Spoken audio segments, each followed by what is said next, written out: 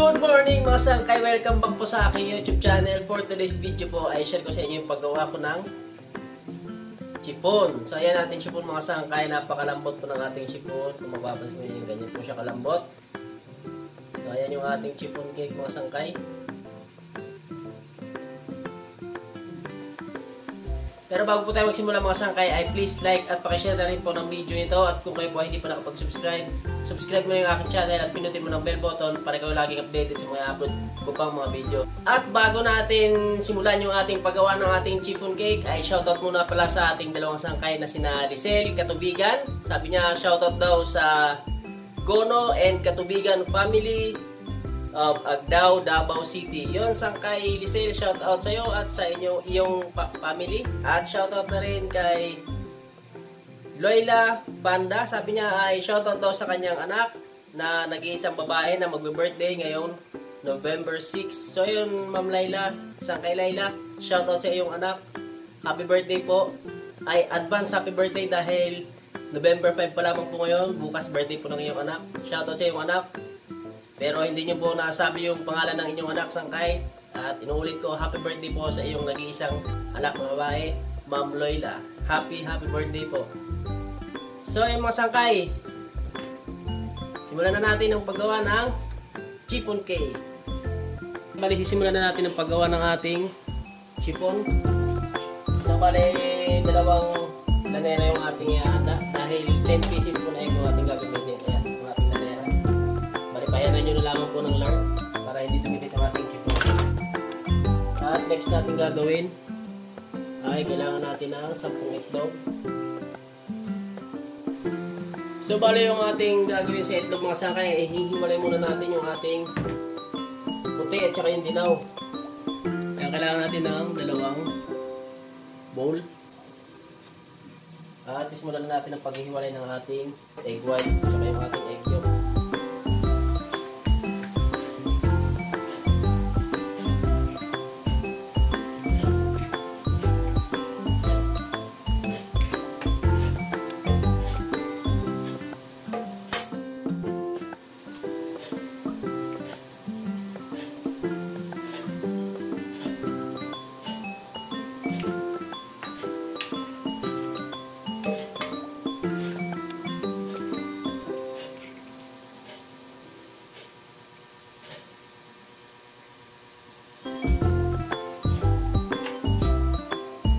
Natin gagawin kapag nahiwalay na natin yung ating egg yolk at saka yung ating egg white ay tiplahan na natin yung ating egg yolk. So sa ating egg yolk maglalagay ako ng isang kutsarang calamansi juice. Next ay vanilla. Lalagay ako ng 2 takip.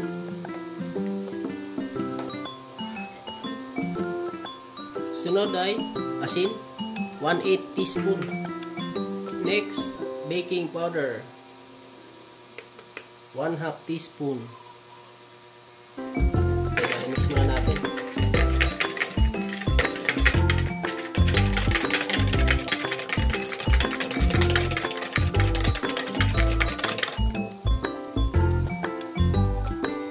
Next ay asukal.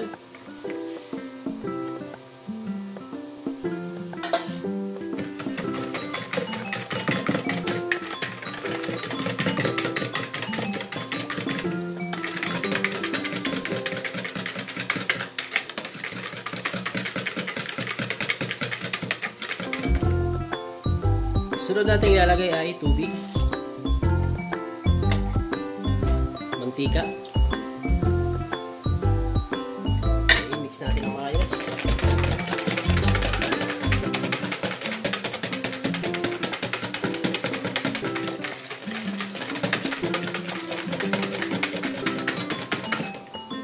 Next ingredients, cake flour.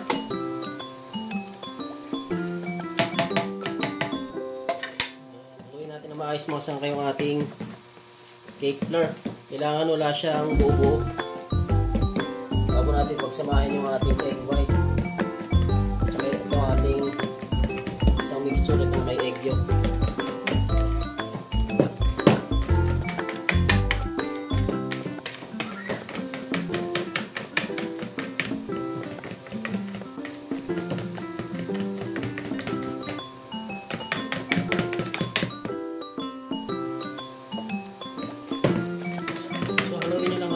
sangkay hanggang sa mawala yung mga buo-buo na egg flour.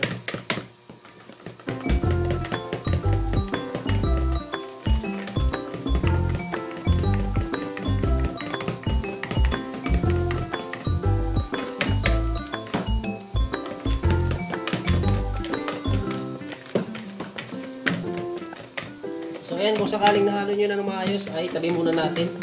Dito naman tayo sa ating isang mixture, yung ating egg white. So bali dito sa ating egg white mga sangkay, maglalagay tayo ng suka. Dahil wala tayong cream of tartar, suka yung ating ilalagay, 1/2 tablespoon. Pero kung meron po kayong cream of tartar, ay pwede nyo pong ilagay ay cream of tartar po. At kailangan din natin maghanda ng 200 grams na white sugar. Tapos ipapaikotin na po natin yung ating mixer.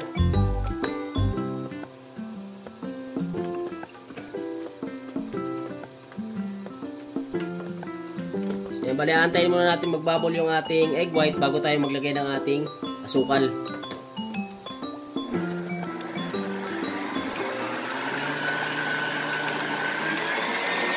So bali middle speed lamang po yung aking ginamit.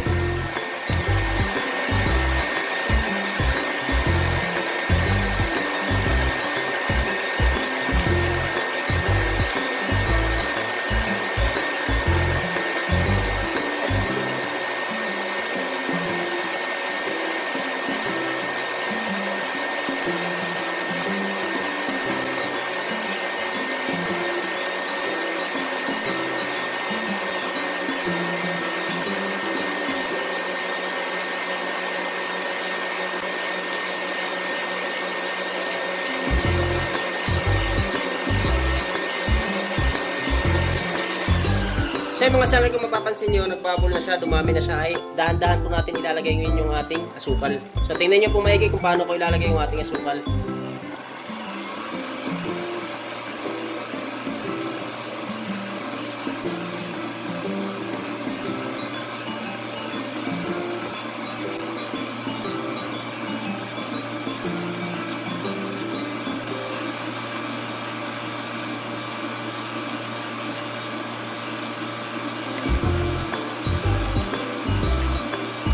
Hanggang sa maubos po yung ating asukal mga sangkay, ganyan lang po yung ating paglagay.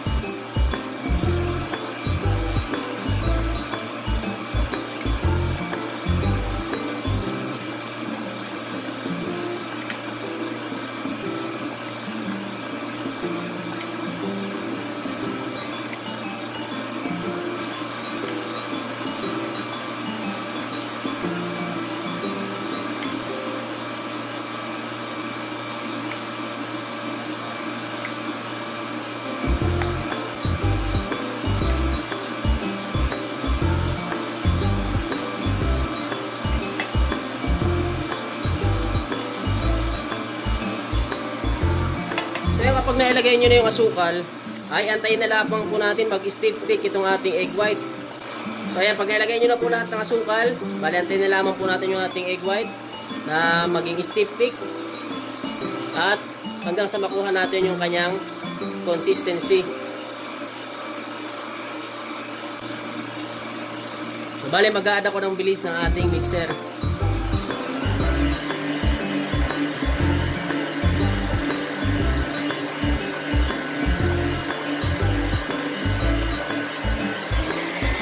Bali nasa middle speed po tayo.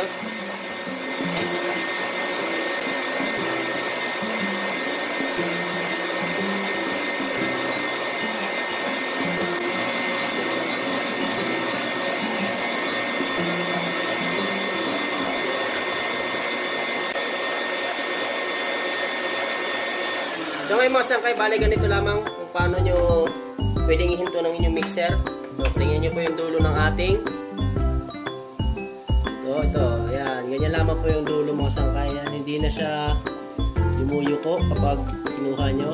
Ayan o, yan yung dulo ng ating egg white. So ayan na po siya, bali ganyan lamang po yung aking pagmix ng ating egg white.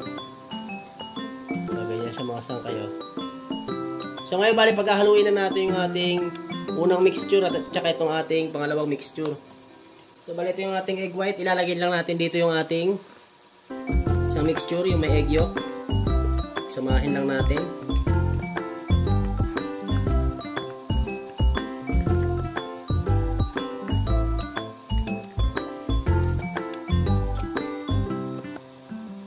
At haluin lang natin na maayos.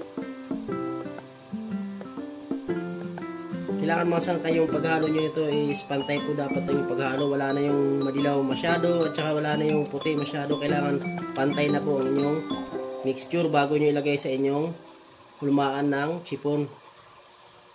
Yan. Kung mahirap, kung sakaling mahirap sa ganitong mag-mix ay pwede nyo pong ilipat sa langgana na maliit. Pwede po kayo doon mag-mix or maghalo ng ating mixture.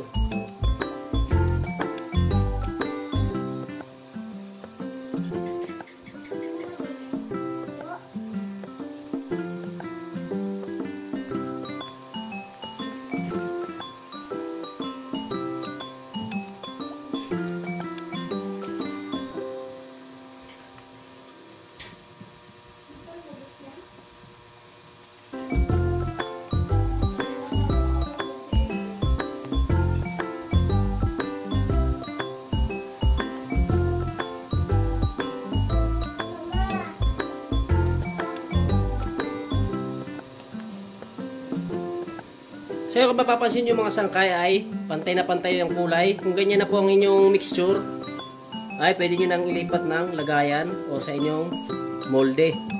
Ilipat na po natin ngayon.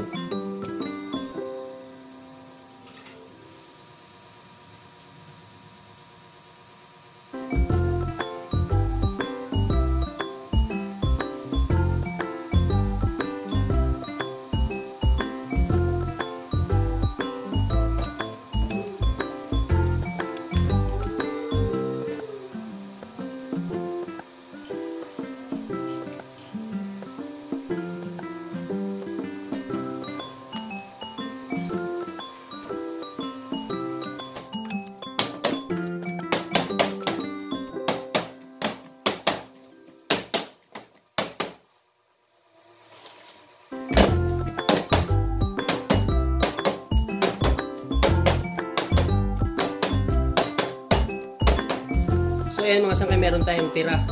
Yan, ipang didesign po natin yan si babaw ng ating chipon. Nagtira tayo ng konting mixture. Maglalagay lang ako ng isang takip na flavor para kumulay yung ating mixture. At haluin lang natin.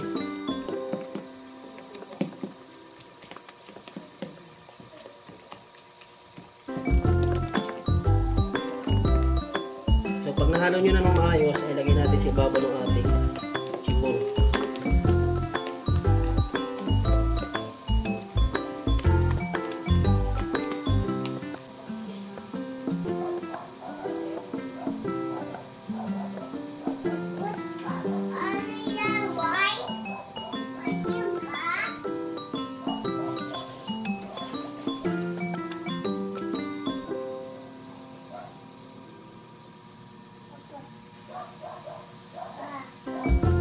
So yung mga sangkay na, ilagay na natin sa ibabaw. Gamit tayo ng stick.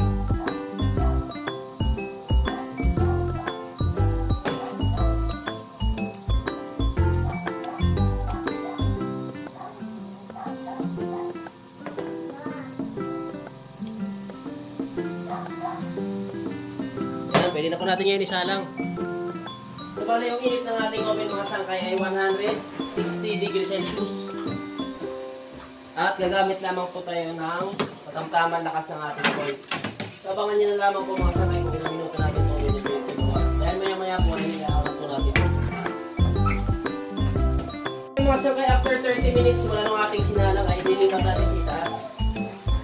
Ulit ko, after 30 minutes, bali dito na natin naantayin maluto sa itaas mga sangkay.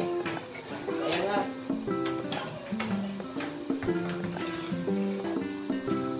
Ulit ko, after 30 minutes, nilipat po natin sa itaas or nilipat po sa itaas at dito ko na po antay maluto sa itaas. So abangan nyo na lang po kung ilang minuto na lang natin lulutuin sa itaas.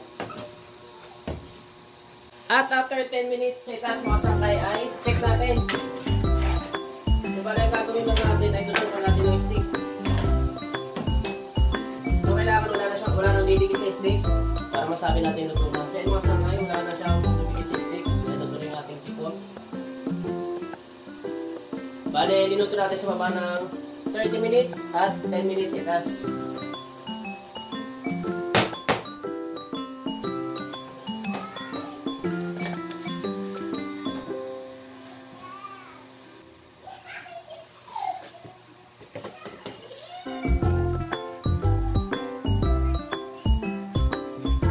So, ayan yung ating chipon cake, mga sangkay.